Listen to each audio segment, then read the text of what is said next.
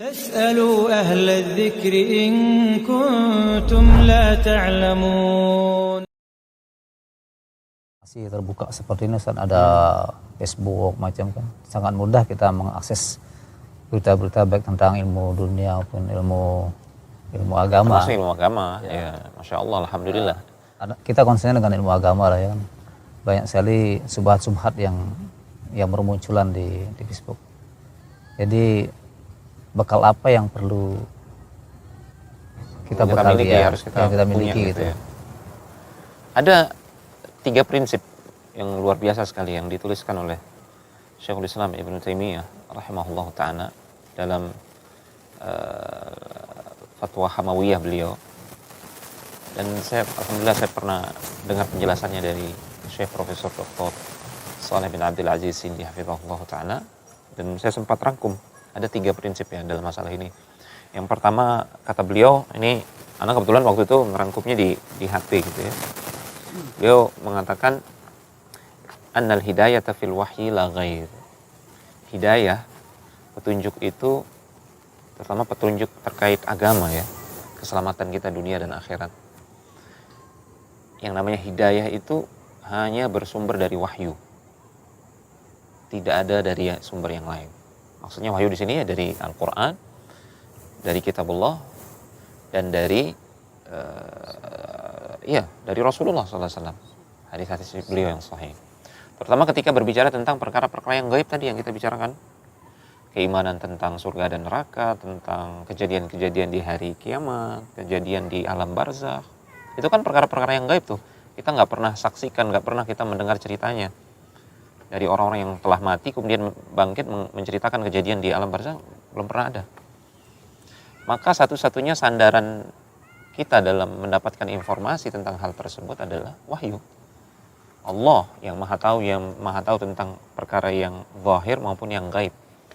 Perkara dunia, perkara alam akhirat, alam barzakh, surga, Allah yang paling tahu. Maka kita tinggal mendengarkan apa? Kabar dari Allah Subhanahu wa taala. Dan kabar dari Allah itu ya dari Al-Qur'an dan dari lisan Rasulullah SAW. Itu prinsip yang pertama. Makanya di dalam Al-Quran Allah Subhanahu Wa Taala memerintahkan kepada kita, ittabi'u ma unzila ilaikum mir rabbikum. Ikutilah apa yang diturunkan kepada kalian dari Rabb kalian. Maksudnya wahyu. Ikuti wahyu tersebut kalau mau selamat gitu. Kecuali kalau nggak mau selamat atau nggak percaya ya silakanlah hidup bebas begitu. Tapi kalau mau selamat, hidup bahagia di akhirat, ikuti wahyu. Itu sumber petunjuk. Kemudian prinsip yang kedua, di sini dikatakan anna Nabiy sallallahu alaihi wasallam qad bayyana al-haqqa al-bayan at-tam. Fala hajata bina ila ghairihi. Kita wajib meyakini bahwasanya Nabi SAW, beliau dalam kapasitasnya sebagai Nabi yang diutus untuk umat akhir zaman, tidak ada lagi Nabi setelah beliau, maka pasti beliau sudah menjelaskan semua hal yang dibutuhkan dalam urusan keimanan, urusan keislaman, syariat, semua hal yang mendekatkan ke surga, Nabi semua sudah jelaskan. Yang menjauhkan kita dari neraka, Nabi semua sudah jelaskan.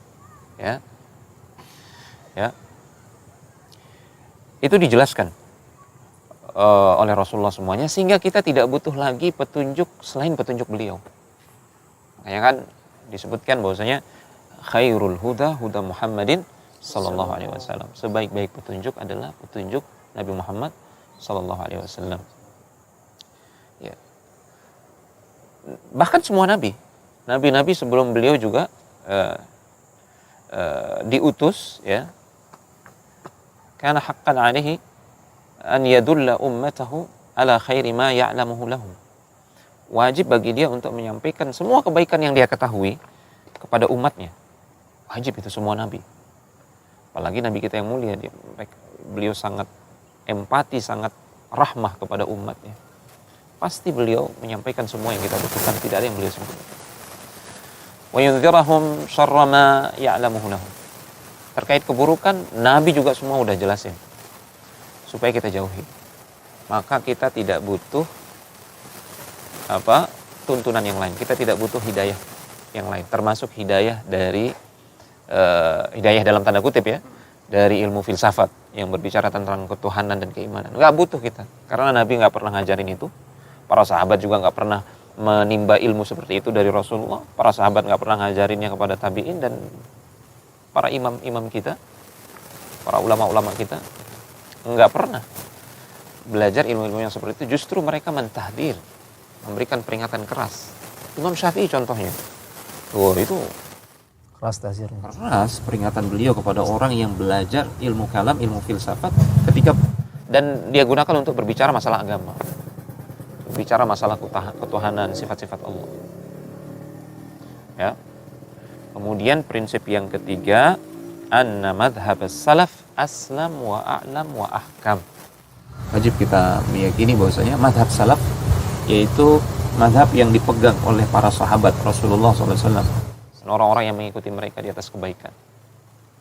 Itulah madhab yang paling selamat, paling tahu, dan paling bijak. Karena orang-orang sekarang menganggap, oke, madhab salaf itu selamat, ambil selamatnya.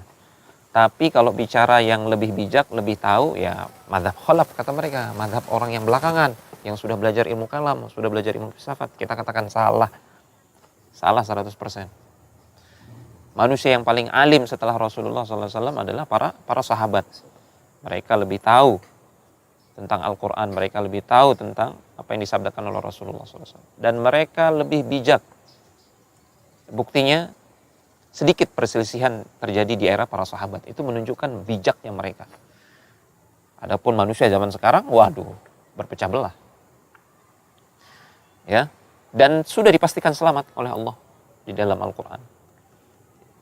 وَمَنْ يُشَاقِقِ الرَّسُولِ مِنْ بَعْدِ مَا تَبَيَّنَ لَهُ الْهُدَى وَيَتَّبِعْ غَيْرَ سَبِيلِ الْمُؤْمِنِينَ نُوَلِّهِ مَا تَوَلَّى وَنُصْلِهِ جَهَنَّمَ وَسَاءَتْ مَصِيرًا.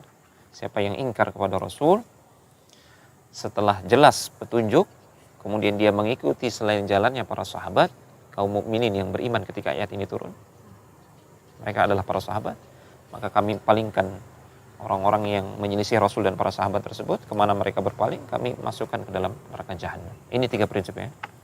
Ya, kita pegang kuat sampai mati, insya Allah selamat dari berbagai macam syubhat medsos. Barakallah.